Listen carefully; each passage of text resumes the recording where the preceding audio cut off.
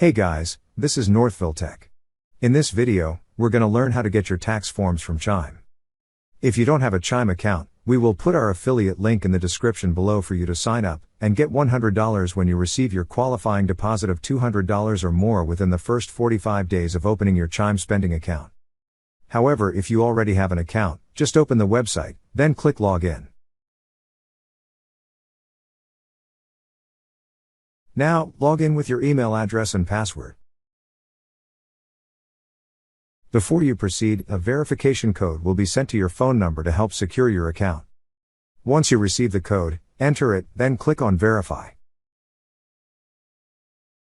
Once logged in, you will see several tabs on the left side of the screen. Click on the Tax Documents tab. Now, you will see the list of your tax documents. Just click on the tax document you wish to get and it will be downloaded. However, in this video, we do not have an available tax document. That's how you get your tax form from Chime.